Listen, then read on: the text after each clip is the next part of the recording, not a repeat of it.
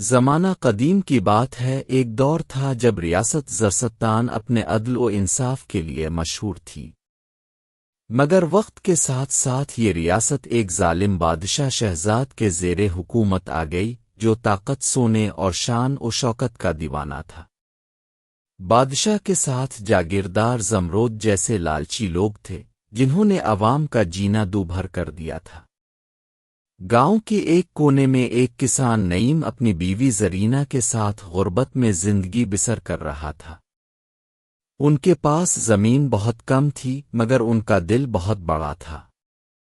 زرینہ ہمیشہ نعیم کو حوصلہ دیتی رہتی تھی کہ سچائی کا پھل میٹھا ہوتا ہے۔ وہ دونوں ہر دن محنت کرتے، بھوکے بچوں کو کھانا کھلاتے اور ضرورت مندوں کی مدد کرتے۔ ایک دن بادشاہ نے اعلان کیا کہ جو سب سے زیادہ دولت لائے گا، اسے انعام اور محل میں جگہ دی جائے گی۔ جاگیردار زمرود نے موقع دیکھا اور کسانوں سے ان کی زمینیں اور اناج سونے کے بدلے میں چھیننا شروع کر دیا۔ وہ ہر طرف ظلم پھیلانے لگا۔ نعیم کے پاس بادشاہ کو دینے کے لیے کچھ نہ تھا، مگر زرینہ نے کہا، جو تیرے پاس ہے وہی دے دے، سچائی اور نیکی بھی دولت ہے۔ اسی رات نعیم جنگل کی طرف گیا تاکہ لکڑیاں کاٹے۔ وہاں اس کی ملاقات بابا نور الدین سے ہوئی، جنہوں نے اسے کہا، اصل خزانہ وہ ہے جو دوسروں کے کام آئے۔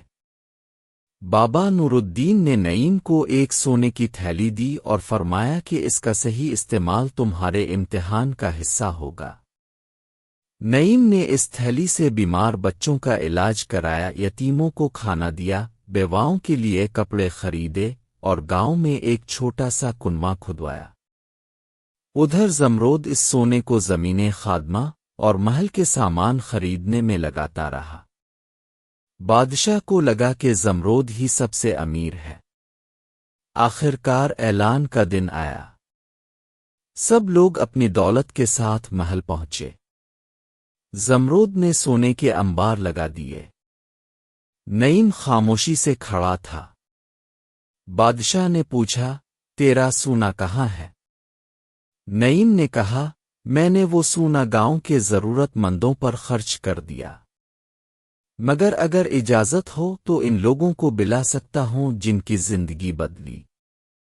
دروازہ کھلا اور درجنوں لوگ اندر آئے، بیمار بچے، یتیم، بیوائیں، سب نعیم کی نیکی کے گواہ۔ بابا نور الدین بھی محل میں داخل ہوئے اور سب کو حقیقت بتائی کہ نعیم ہی سچا خزانے والا ہے۔ بادشاہ کی آنکھوں میں شرمندگی اور حیرت دونوں تھیں۔ بادشاہ نے تخت سے نیچے آ کر نعیم کو گلے لگایا اور اسے اپنی سلطنت کا وزیر مقرر کیا۔ زمرود کو اس کے ظلم کی سزا دی گئی۔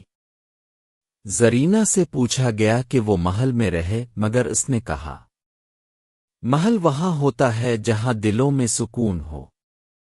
میرا محل میرا گاؤں ہے۔ زرستان میں عدل و نیکی کا دور لوٹ آیا۔ ہر دل میں نرمی اور ہر ہاتھ میں خدمت کا جذبہ تھا۔ اور تب لوگوں نے سیکھا، سونا سچا خزانہ نہیں، بلکہ وہ دل جو دوسروں کے لیے دھڑکتا ہے، وہی سب سے قیمتی ہے۔